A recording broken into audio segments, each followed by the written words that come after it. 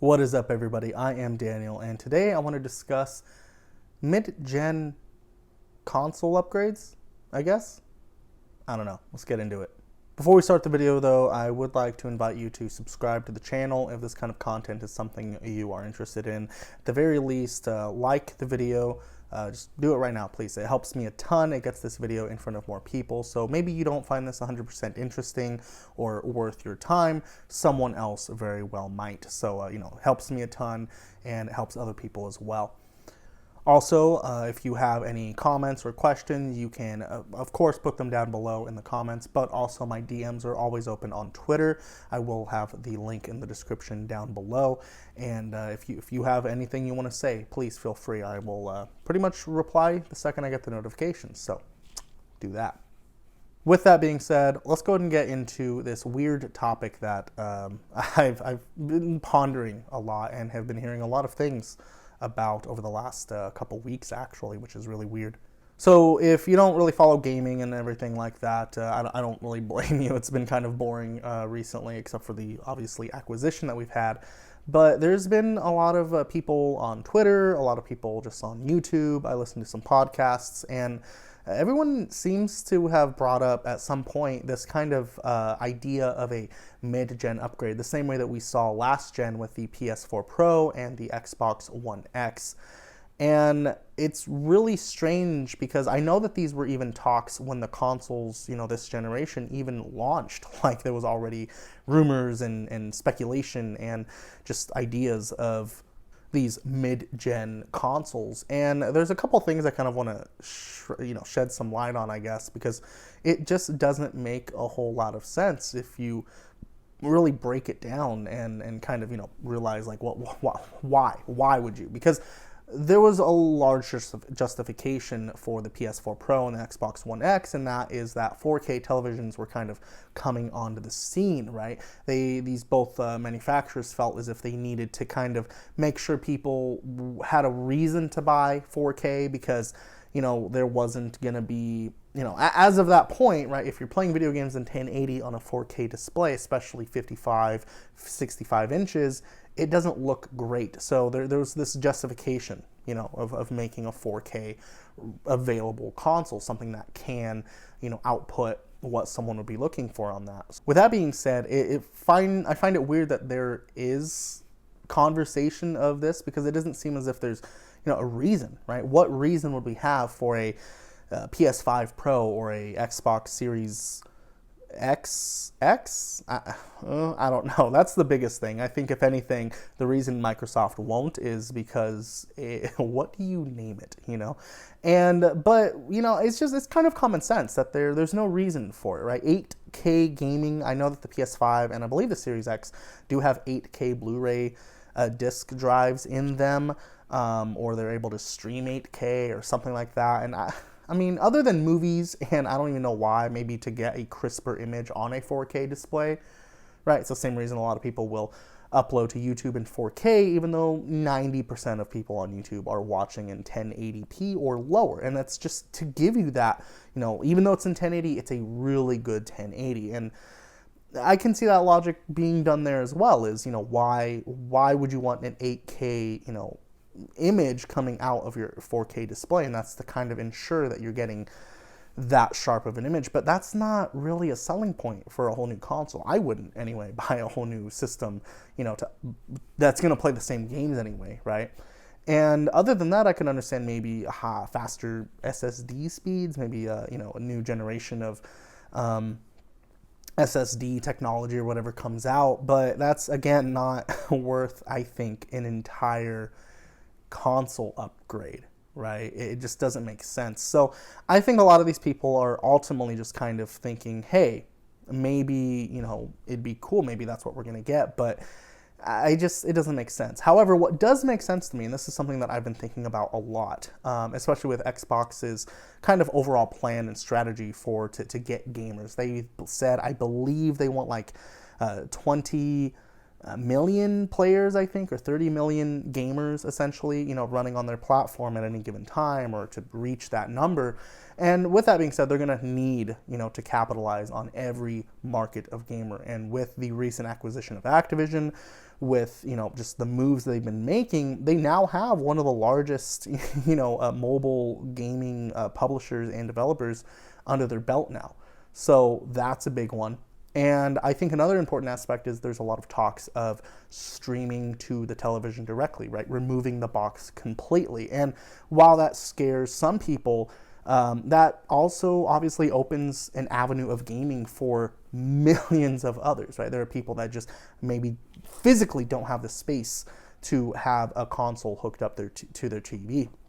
There are people that just don't have the, just the capabilities of going out and getting a console. You know what I mean? Like, I don't know. There's so many situations out there, and it's weird, and it's difficult for me, obviously, trying to think about this because I live that typical California suburban life where Walmart's a block or two down the street, and it's just, so it's, when I put my mind though into these, even other countries that don't have the resources that maybe I do in America or you do in Europe or Russia or whatever you are watching this, right?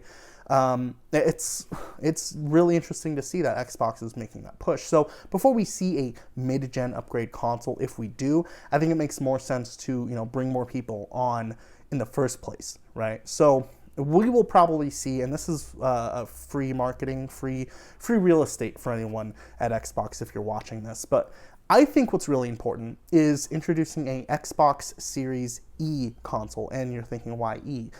Because SEX spells sex? No. Funny, but Elon already did that. So a lot of people maybe don't remember, but the Xbox 360, at the end of its lifestyle, the very last version of it to come out was an Xbox One lookalike, and it was called the Xbox 360E. We had the S, which I guess stood for slim, and then we had, of course, the original 360. But the Xbox 360E was kind of this super budget, super, simple, stripped down 360, and that was Xbox's answer to saying, hey, you want to play last-gen games? Well, just buy a 360. And that's physically what they said. They said that if you want to play your last-gen games, sorry, the Xbox One won't do it, buy a 360. Not great marketing, but they're kind of right, you know what I mean? And that's why they made the Xbox 360. They said, okay, well, now you can buy a 360 that looks just like the one, so under your entertainment center, it'll look the same, right? That was kind of the idea there. So I think that seeing an Xbox Series E makes the most sense, but that's not going to be a discless Series X. It's not even going to be a disc version of the Series S. I think it'll be a streaming box, much like Roku, much like Apple TV. A box that you hook up to your existing TV and it allows you to just stream Game Pass games. You get the box, you subscribe to Game Pass Ultimate, and you will be able to stream, any of the games, majority of the games on Xbox Game Pass. And I think that makes the most sense. I think that's the perfect half step between people that, wouldn't necessarily buy a whole new TV for Game Pass, but still want to buy those games, or super casual. I think a good entry point is $99 for something like that. Eventually, we will see televisions that have Game Pass built in. You'll be able to go to the store, buy an Xbox, controller, and just connect it via Bluetooth to the TV, and the Game Pass will be an app, much like Netflix or Disney Plus is, and it'll have the games and we stream it. But again, that's not a solution for everybody, and that's the thing here. That's the key point, and Xbox, of all people, know this. Not every single person has the same functionality and capabilities within their home to stream games, to download games, to just do everything that I could, right? Like, I could stream games realistically. I have good internet, I could do that. There's many people that don't.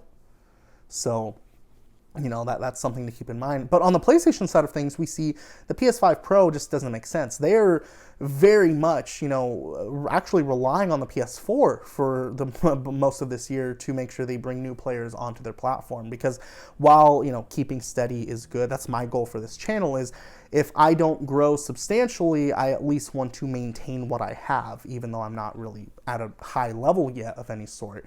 I do want to make sure I'm not losing subscribers or losing you, the viewer, over time. And that's ultimately the same goal PlayStation has, is while they, obviously can't afford to lose players, they at the very least would like to find some ways to increase their user count. And ultimately speaking, we have many new games coming over the next few years from PlayStation. So it makes sense that if you can't output enough PS5s, how do you get new players to join in? Well, I guess, release a bunch of old gen.